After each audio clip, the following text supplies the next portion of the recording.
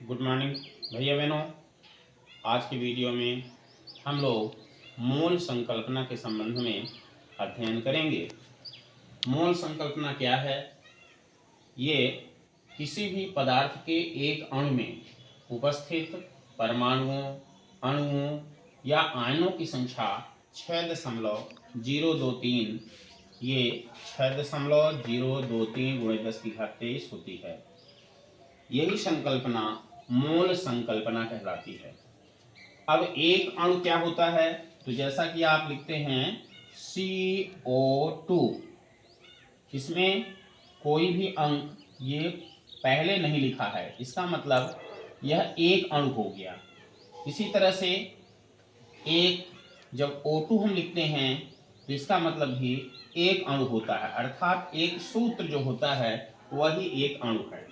और किसी भी पदार्थ, चाहे वो कार्बन हो, चाहे ऑक्सीजन हो, चाहे कार्बन डाइऑक्साइड हो, चाहे मीथेन हो, सभी पदार्थों के एक मोल में अर्थात एक अणु में या एक सूत्र में, चाहे वो परमाणु हो, चाहे अणु हो, चाहे आयन हो, उन सबकी संख्या जो होती है वो 6.023 × 10⁻23 होती है। और यही संकल्पना मोल संकल्पना कहलाती है। एक मोल बराबर होता है एक अणु के। एक अणु एक सूत्र के बराबर है और इसका आयतन जो होता है 22.4 लीटर होता है।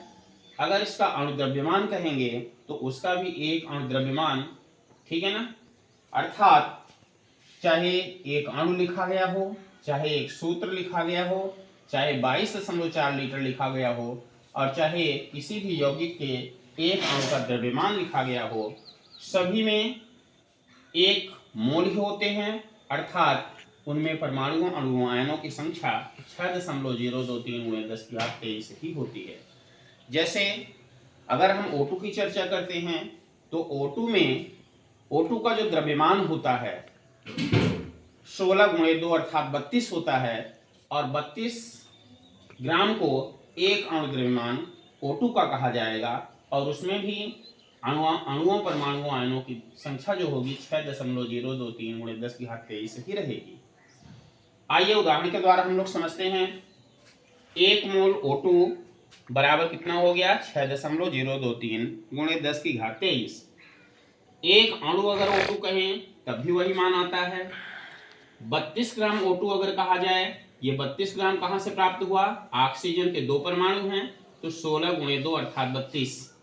इस तरह से इसका भी मान जो होगा 6.023 × 10⁻23 होगा।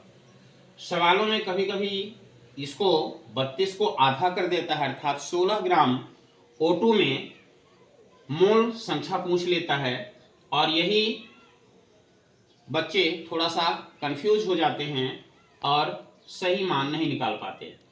तो 32 का आधा करने पर 16 प्राप्त हो रहा है, तो ये आपका गुणे के पहले वाला जो पहला पद है इसमें भी /2 अगर कर देंगे तो 16 ग्राम O2 का मान निकल आता है। इसी तरह से अगर इसके आयतन की चर्चा की जाए तो 22.4 लीटर होता है ऑक्सीजन का, या किसी भी पदार्थ के एक मोल का आयतन 22.4 लीटर होता है, और उसके लिए भी संख्या जो होती है 6.023 × 10⁻23 ही होती है। एक मोल अगर CO2 की चर्चा करते हैं तो भी वही वैल्यू रहेगी। एक अणु CO2 कहते हैं तो भी वही वैल्यू होगी। और 44 ग्राम अगर CO2 कहा जा रहा है तो जैसे आपने ऊपर देखा था कि 2 ऑक्सीजन होने के कारण 16 दूनी 32 हो गया, वैसे ही यहाँ कार्बन का 12, ऑक्सीजन का 32, और इस प्रकार से 44 ग्राम CO2 बन गया, अर्थात एक अणु द्रव्यमान है ये। और एक अणु द्रव्यमान का मान भी 6.023 × 10⁻23 ही होता है। अगर इसी को हम लीटर में चर्चा करें तो 22.4 लीटर CO2, उसका मान भी कितना हो जाएगा? 6.023 × 10⁻23 ही होगा। कभी कभी सवालों में 44 ग्राम के स्थान पर 22 ग्राम या 11 ग्राम इस तरह से CO2 में परमाणुओं, कणों, आयनों की संख्या पूछ ली जाती है। तो 44 को 2 से डिवाइड किया जाए तो 22 आता है। इस तरह से अगर यहाँ भी 2 से डिवाइड कर देंगे तो ये मान 22 ग्राम के लिए प्राप्त हो जाएगा। ठीक है, ऐसे 22.4 लीटर आयतन की अगर चर्चा की जाए तो 6.023 गुणित 10 की घात 23 संख्या होती है। अगर इसी मान को आधा कर दिया जाए, 11.2 कर दिया जाए, तो इसकी वैल्यू भी आधी कर देनी होगी। इस तरह से हमें 11.4 लीटर का भी आयतन प्राप्त हो जाएगा। 22.4 लीटर अगर मेथेन की चर्चा की जाए तो वहां भी परमाणुओं कणों आयनों की संख्या वही रहेगी 6.023 गुणित 10 की घात 23।